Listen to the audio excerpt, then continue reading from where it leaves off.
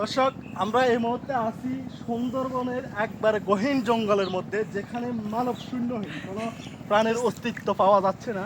আপনারা দেখতে পাচ্ছেন এখানে একবারে জনশূন্য মানবহীন একটা জায়গা, যেখানে প্রাণের কোনো অস্তিত্ব আছে বলে মনে হচ্ছে না, একটা পাখিও দেখা যাচ্ছে না।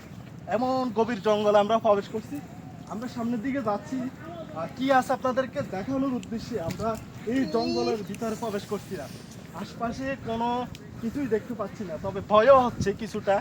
মানে একটা ভুতুড়ে জায়গার মতো, যেখানে প্রাণহীন শূন্য একটা জায়গা, যেখানে মানুষের কোনো অস্তিত্ব নাই, কোনো প্রাণের অস্তিত্ব নাই, কোনো পাখি নাই, এমন একটি জায়গা অবস্থান করছি আপনাদেরকে দেখানোর সাথে। আমরা পুরো একটা টিম এখানে প্রবেশ করছিলাম, খুব সাহসের সাথে সামনের দিকে এগিয়ে যাচ্ছি। আপনারা যদি একটু দেখেন, এই যে জঙ্গল কঠোর, এই জঙ্গলগুলো দেখেন কি ভয়ঙ্কর অবস্থা। মনে হচ্ছে যেন ভূত দিনের একটা আস্তানা এখানে। আপনারা দেখতে পাচ্ছেন। ও ভাই, আমি তো এখানে ডুবে যাবো ভাই। দেখেন কি অবস্থা, কি ভয়ঙ্কর অবস্থা। আমি তো ভাবছিলাম এটা হাঁটার মতো জায়গা, দেখেন মাটি একবার ভরে গেছে। আমি ভয় পাইছি, মানে ভুতুড়ে জায়গার মতো একবার। এখানে মনে হয় ভূত দিনের একটা আস্তানা। আপনারা দেখতে পাচ্ছেন আমরা পুরো একটা টিম এখানে প্রবেশ করছিলাম আপনাদের দেখানোর স্বার্থে। যদি একটু দেখেন, মাঝে মধ্যে ভয় হয়, এতগুলো মানুষ থাকার পরও তারপরে আমরা ভয় পাই এখানে। কারণ হচ্ছে আমরা ছাড়া এখানে আর কেউ নাই। এই জন্য আমরা বলতে চাচ্ছি যে আপনারা যদি আসেন এই জায়গাগুলোতে, এই সুন্দরবনের এই জায়গাগুলো কতটা ভয়ঙ্কর, আবার কতটা সৌন্দর্য এদের ভিতরে, এই জায়গাগুলোর ভিতরে লুকিয়ে আছে, আপনারা যদি এখানে না আসেন বুঝতে পারবেন না। আপনাদেরকে দেখানোর জন্য এই যে সামনে দেখেন, আমরা সুন্দরবন থেকে বাইরে সামনের দিকে চলে যাচ্ছি।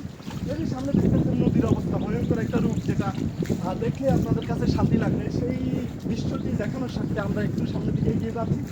আমরা এখন পুরোপুরি গহীন জঙ্গল থেকে বের হয়ে নদীর কূলে চলে এসেছি, যেখানে প্রাকৃতিক যে পরিবেশ, যে নদীর উত্তাল ঢেউ, সেগুলো আপনারা দেখতেই পাচ্ছেন। সামনের দিকে এগোলে আমরা দেখবো, আপনাদেরকে দেখানোর চেষ্টা করতেছি এই যে জায়গাগুলো। এই জায়গাগুলো যদি আপনারা দেখতে চান, আপনাদেরকে সুন্দরবনের এই গহীন জঙ্গলে প্রবেশ করে তারপর এই জঙ্গল অতিক্রম করে এই জায়গায় আসতে হবে। তাহলে আপনারা এই সুন্দর দৃশ্যটা, এই সুন্দর জায়গাগুলো দেখতে পারবেন।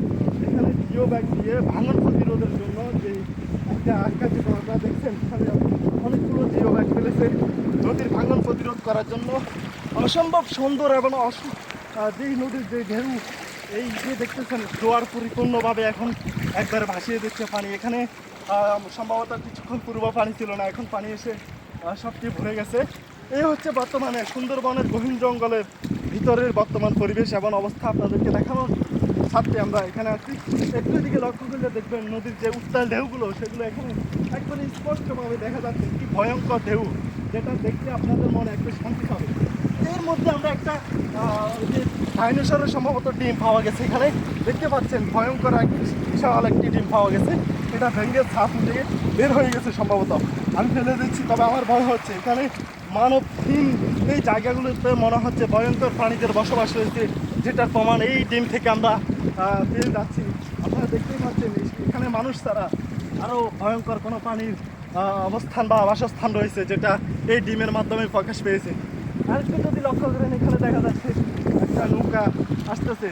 আসলে নদীর বাহিরের দিকটা যতটা সুন্দর, ভিতরের দিকটা ভয়ঙ্কর একটা রূপ। একা একা কখনো আসবেন না আপনারা।